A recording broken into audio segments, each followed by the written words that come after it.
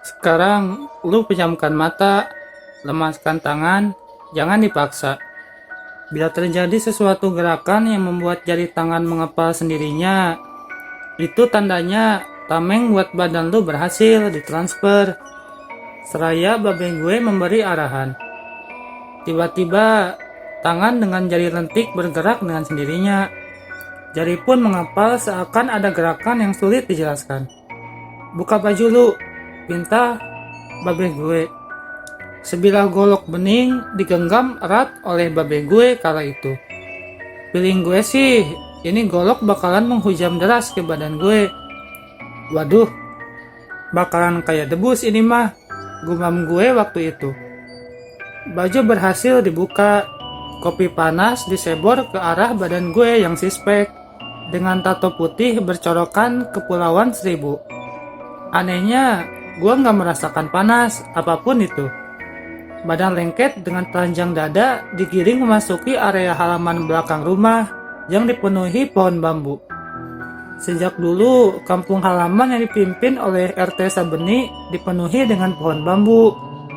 Dan sekarang beralih fungsi menjadi pintu jalan tol Balaraja Timur. Rasa penasaran dibawanya gue ke area pohon bambu, membuat gue bertanya-tanya. Sebenarnya babe gue mau ngapain? Kalau ada nyamuk, jangan dulu ditepak. Tunggu sampai dia menghisap darah lu. Terang si babe. Beberapa nyamuk nemplok di berbagai arah.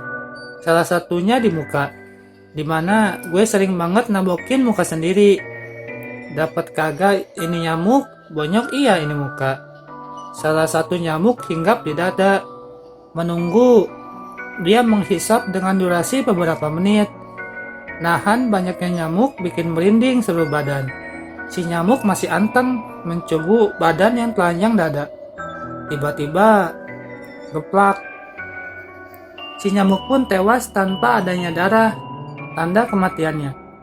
Padahal, si nyamuk sudah terlalu lama hinggap di badan. Kalau bisa sih, dia mati tak berdarah. Padahal, dia hinggap di badan beberapa menit lamanya. Pikir gue waktu itu. Gue yakin nih, babe gue mentransfer obat nyamuk. Harap gue kan kebal terhadap senjata tajam, bukan terhadap nyamuk. Pakai sopel aja badan gue udah kebal kali. Gak mesti repot-repot ditransfer tameng buat badan. Namun, ucapan babe gue membuat gue sadar. Menurutnya, kebal terhadap senjata tajam udah banyak di Banten. Tapi kebal terhadap nyamuk suatu keberuntungan. Karena bisa menghindari penyakit malaria. Kalau kayak gini mah, sama aja bohong beh. Nanti kalau sekolahnya kenapa-napa lagi, malah percuma ditransfer beginian.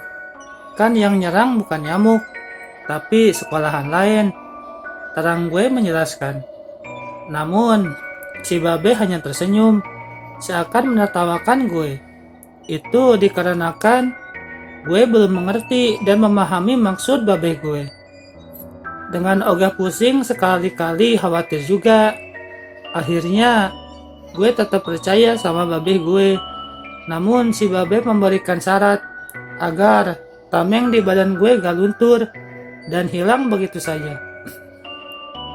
Sebenarnya babe ngasih beginian juga supaya lu takut melakukan kemaksiatan di luar sepengetahuan babe. Seenggaknya lu ingat dan takut kehilangan tameng ini karena adanya syarat. Soalnya orang kaya lu mah gak takut sama dosa, terang si babe. Oh gitu. Jadi menurut babe gue itu resiko kehilangan tameng di badan daripada dosa. Emang benar sih.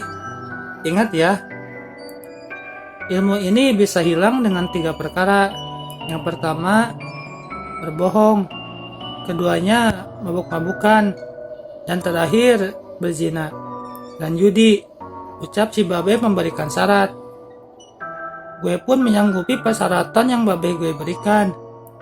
Ternyata bocor di kepala memberikan hikmah tersendiri yang dapat gue petik dari nada-nada positifnya.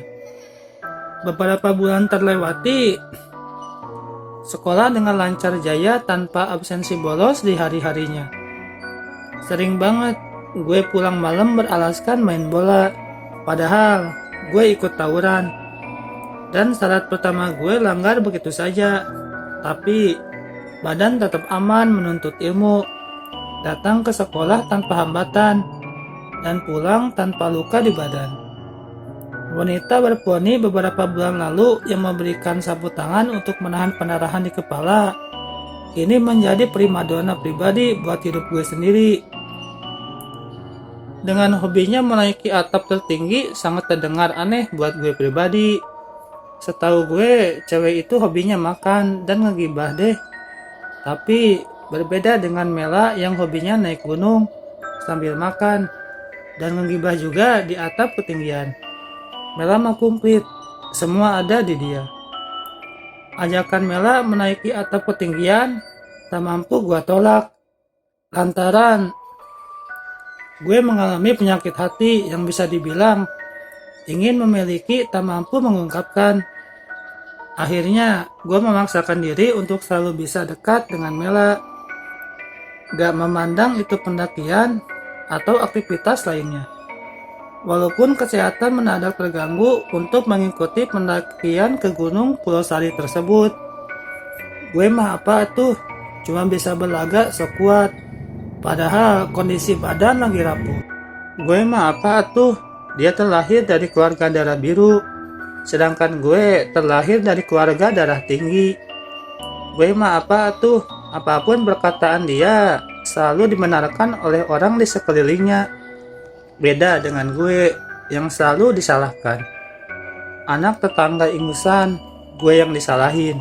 Kucing tetangga hamil, gue juga yang disalahin. Abdul Baihaqi hitam, masih gue juga yang disalahin. Please dong, jangan bikin gue makin insecure. Gue udah insecure dengan keadaan Mela. Kalian jangan memperparah keinsecurean gue. Memang benar apa yang diucapkan Abdul Baihaqi. Kalau cinta itu ungkapkan, jangan diam saja. Jangan ngambek ke balai desa meminta keadilan. Tapi meski begitu, bisa dekat dengan Mela sudah menjadi kebahagiaan tersendiri buat gue. Tak terasa, lamunan pesimis gue menghantarkan waktu ke pendakian. Segala persiapan gue lakukan, karena ini pendakian kali pertama gue, dan gue tidak mau mengecewakan Mela tentunya. Selain membawa perlengkapan pendakian yang Mela pinjamkan pekan lalu, gue juga membawa sebotol mini parfum misik kepunyaan babe gue. Lantaran gue bingung harus membawa parfum yang mana. Sedangkan gue gak punya satupun parfum di rumah, selain minyak misik kepunyaan babe gue. Hari yang dinanti pun tiba. Hari libur sekolah menjadi pilihan waktu pemberangkatan gue dan Mela ke Pandeglang, Banten. Setibanya kami berdua menuju Pandeglang, kami tak lupa mampir ke toko logistik untuk persiapan bekal pendakian dan juga menunggu salah satu abang-abangan Mela di pendakian. Setibanya abang-abangan Mela menghampiri kami dengan membawa satu unit mobil. Tak lupa gue dan dia memperkenalkan diri masing-masing. Buluk namanya, serius mukanya, dan terlihat lebih dewasa dibandingkan gue dan Mela. Memang kondisi badan gue sedikit menurun semenjak kemarin sore, tapi gue memaksakan diri untuk lanjut mengikuti pendakian ini. Perjalanan Tangerang menuju Pandeglang terasa sangat singkat. Setelah melewati beberapa kecamatan, salah satunya Mengger, akhirnya pukul setengah 12 siang, kami sampai di Pasar Pari dan melanjutkan sampai tibanya kami di base camp pendakian Pulau Sari. Cuaca sedikit mendung kali ini, yang mengakibatkan suhu udara menjadi rendah. Persiapan pakaian berlapis gue kenakan waktu itu. Meski Mela sedikit khawatir dengan raut muka gue yang rada pucat, tetap gue berlaga baik-baik saja. Rintikan hujan terasa sangat lebat, yang mengakibatkan beberapa pendaki lainnya terlantar di base camp pendaftaran. Tak lupa gue mengoleskan minyak misi ke seluruh jaket gue yang bau obat nyamuk. Dikarenakan rada lumayan ramainya pendakian wanita lain yang mengikuti pendakian hari ini. Terkadang pendapat penduduk sekitar akan gunung ini membuat gue sedikit merinding disco. Memang sih gunung ini dikenal sebagai gunung angker oleh warga lokal lantaran banyaknya kejadian mistis yang menimpa para pendaki yang tidak menjaga kearifan lokal warga sekitar. Setelah hujan sedikit reda, gue kira ini akan menjadi start untuk para pendaki menaiki ketinggian Gunung Pulosari. Tetapi hal tak terduga terjadi, di mana sambaran petir menyambar salah satu dahan pohon, yang mengakibatkan tertundanya kembali bagi kami semua untuk memulai pendakian. Firasat buruk mulai menguasai pikiran gue. Dengan kondisi badan yang sedikit demam, gue mencoba menangkis pikiran negatif tersebut. Mel, nanti bakalan becek kali ya pas naik? Tanya gue. Pasti Din, banyakin istighfar.